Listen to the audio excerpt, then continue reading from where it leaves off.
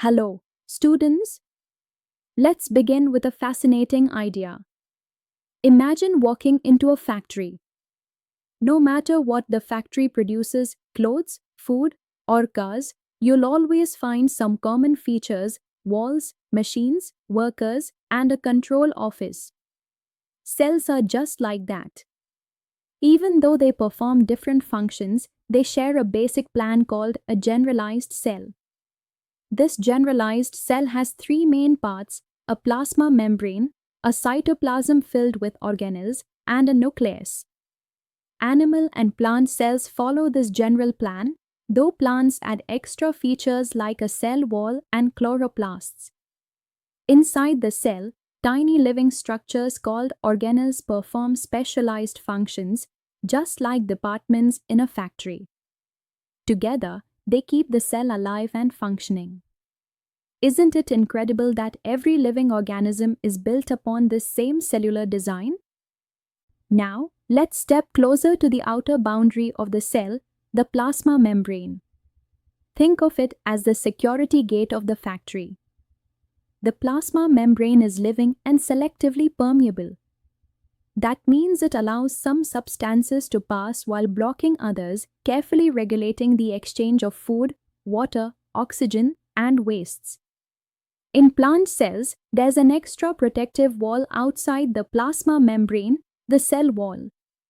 Unlike the membrane, the cell wall is non-living but gives rigidity, shape, and strength to the cell.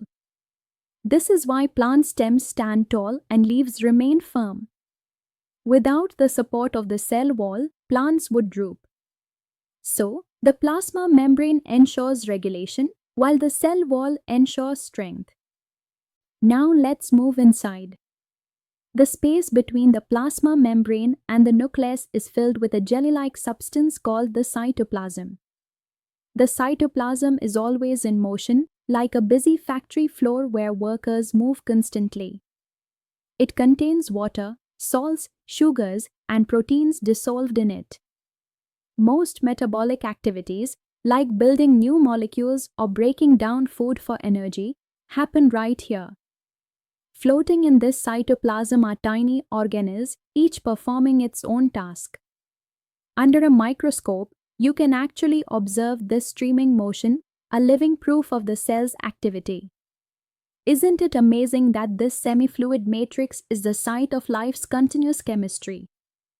Let's now explore two vital organelles, the endoplasmic reticulum and ribosomes.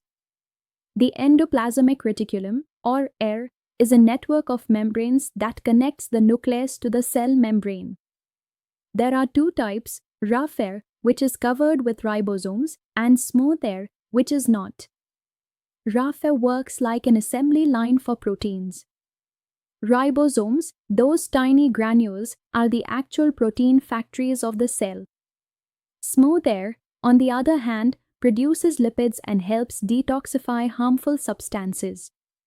Together, the air and ribosomes form the transport and manufacturing system of the cell, just like conveyor belts and machines inside a real factory. Now comes the power and packaging departments. Mitochondria are called the powerhouses of the cell. Why?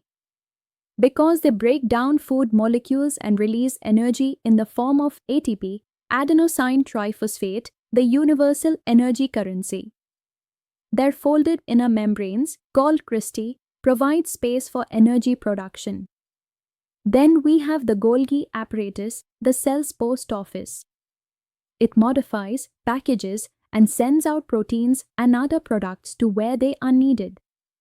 In plant cells, the Golgi apparatus also helps form the cell wall.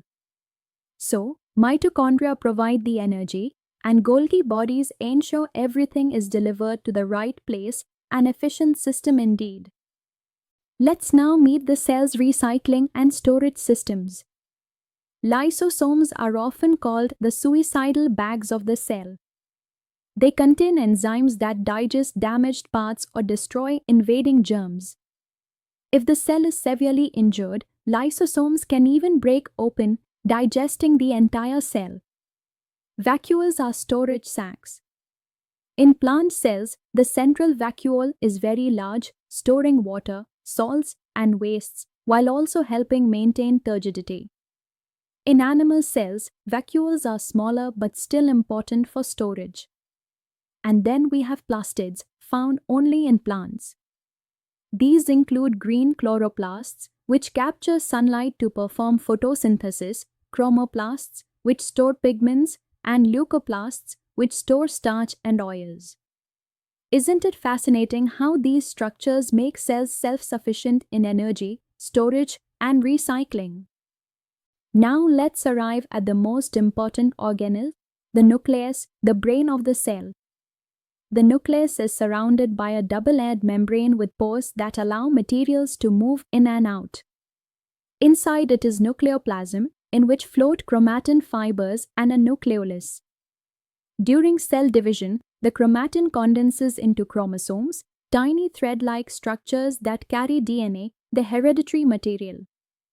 DNA, or deoxyribonucleic acid, contains all the instructions for making proteins and passing traits to the next generation. The nucleolus, meanwhile, is busy making ribosomes.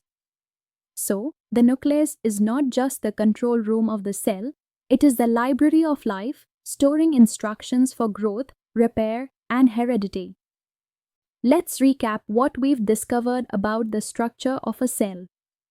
Every generalized cell has three essential parts: the plasma membrane, which regulates exchange, the cytoplasm, which houses organelles, and the nucleus, which controls activities and stores genetic information. We also explored how different organelles perform specialized roles: the air and ribosomes in protein manufacture, mitochondria in energy production, Golgi bodies in packaging, lysosomes in recycling, vacuoles in storage, and plastids in photosynthesis. So, students, a cell is truly like a miniature factory, efficient, self-sustaining, and marvelously organized. From the tiniest bacterium to the most complex human, this basic structure remains the foundation of life. Isn't it awe-inspiring that something so small can be the very essence of life itself? Until next time, keep wondering, keep questioning, and remember, biology is the story of life written in every single cell.